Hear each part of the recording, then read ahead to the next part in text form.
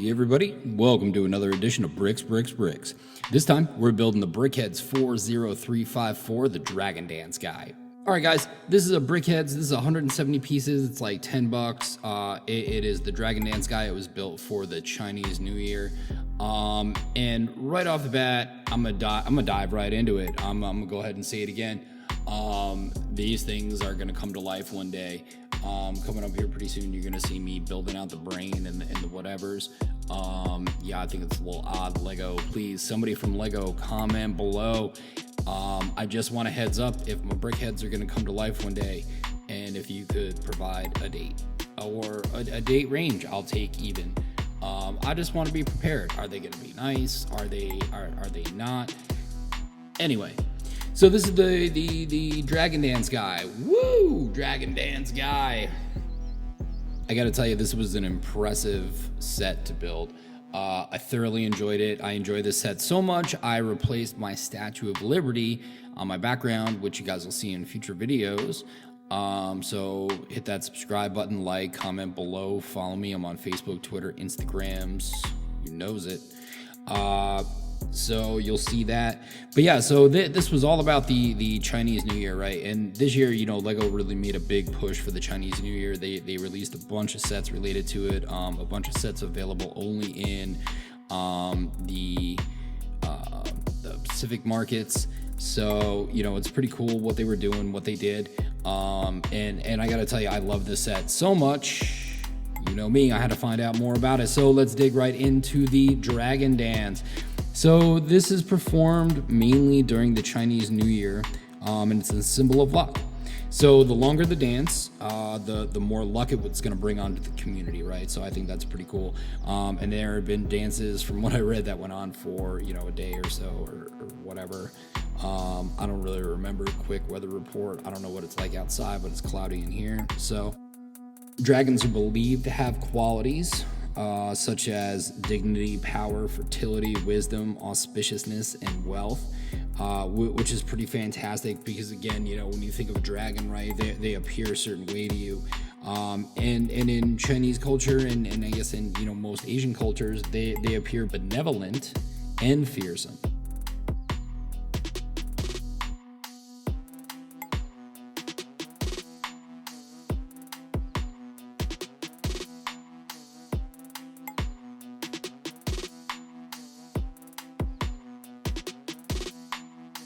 The celebration of the dragon can be dated back to the Han Dynasty, around 206 AD, and was originally used for worshiping their ancestors and praying for rain.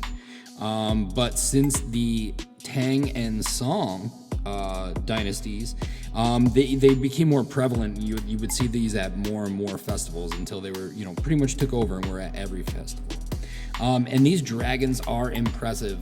Again, you know, I highly recommend you look them up. I'm going to get into a couple of reasons why here in a second. So they are jointed, and they can be made up many different pieces. Each dragon overall can be from like 2 meters to 30 meters.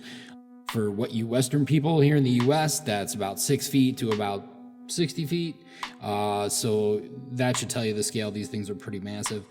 And how many people it takes, you know, so it's going to depend on the size and where the rods are to be held onto, and those can be placed every 1 to 2 meters. So again, you know, these can be pretty labor intensive. And not only that, these are highly choreographed, right? And these individual sections can weigh up to about 35 to 40 pounds a piece.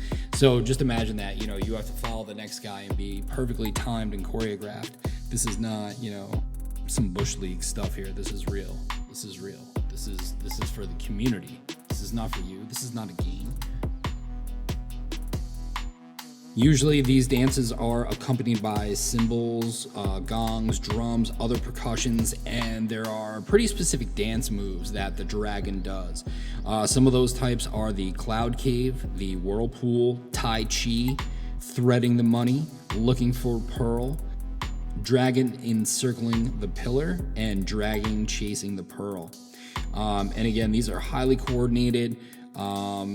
You know, you have to be strong, you have to be agile, you have to be, you know, these guys train for this. And again, it's usually done during Chinese New Year nowadays, but there are competitions out there. And there are very strict rules on, you know, time, routine, what the dragon can look like, performance, everything like that. And I highly, highly, highly, highly recommend you check those out. They were pretty cool to watch, not gonna lie. As far as Chinese New Year itself goes, so that's really the celebration of the new lunar calendar. And that takes place on the 15th day of the year. And right after that is the Lantern Festival, which is pretty cool. So Chinese New Year lasts, I believe, about 2 weeks, if I'm not mistaken. If I am, comment below, please correct me, I want to know. But otherwise, the Lantern Festival, again, takes place right afterwards. And you know, you'll notice in the build there that this guy has 2 lanterns right next to him. They're both red, you know, they're both decorative.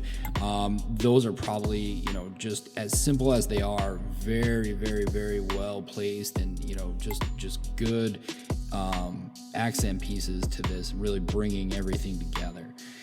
So the Lantern Fest goes back more than 2,000 years. So again, these are really ancient traditions that are being portrayed, you know, in this brickhead, you know, in these 170 pieces. And it's just amazing how much, you know, they have packed into one little thing. I really love this set. If you don't have it, I highly recommend going out and get it. You know, the decoration alone, you know, even if you were to take away the dragon headgear, just the suit and the way it's made, you know, it's absolutely beautiful. And one thing they don't show you in the box, but you see here in my 360 video, really is the tail. And how it really does bring that whole costume to life. It almost makes him look like a Mario character or something like that. But it's still pretty amazing detail just to get those little notches in there to really make it look like scales and that dragon's, that tail. But anyway, back to the Lantern Festival. So there are lots of legends as to why there is a Lantern Festival and what it really represents. So if you want to do more research, I highly suggest it. There were just too many to really come on here and talk about. But one that I really liked is how the lanterns symbolize people letting go of the past. And you know, taking on this new year, facing new challenges, you know, not holding on to things. And I think that's really powerful, right? I think that's pretty impressive. And, you know, to celebrate a new year and then to celebrate, you know, letting go, again, is got to be pretty freeing. And I would imagine it's a beautiful festival. Again, I've seen some videos online. It looks amazing, but to be there in person, now that's a goal of mine. And, you know, the lanterns are usually red, almost always, and they usually symbolize good fortune. Again, you know, because we're washing away the past and we want new opportunity, new event. So why not bring on good things? So again, guys, I highly recommend you go out and get this set if you don't have it. If you do, please comment below. Let me know what you like about it, what you love about it, what you do, what you don't. Otherwise, you know, definitely do some research on the Chinese New Year and the Lunar New Year and some of those festivals. It's pretty amazing what goes on. And if you dig this guy, definitely go out and pick it up. You know, 170 pieces, $10. Highly recommend it. And be sure to hit that subscribe button, guys. Comment below, like, follow us. We're on Facebook, Twitter, Instagram. Want to hear from you.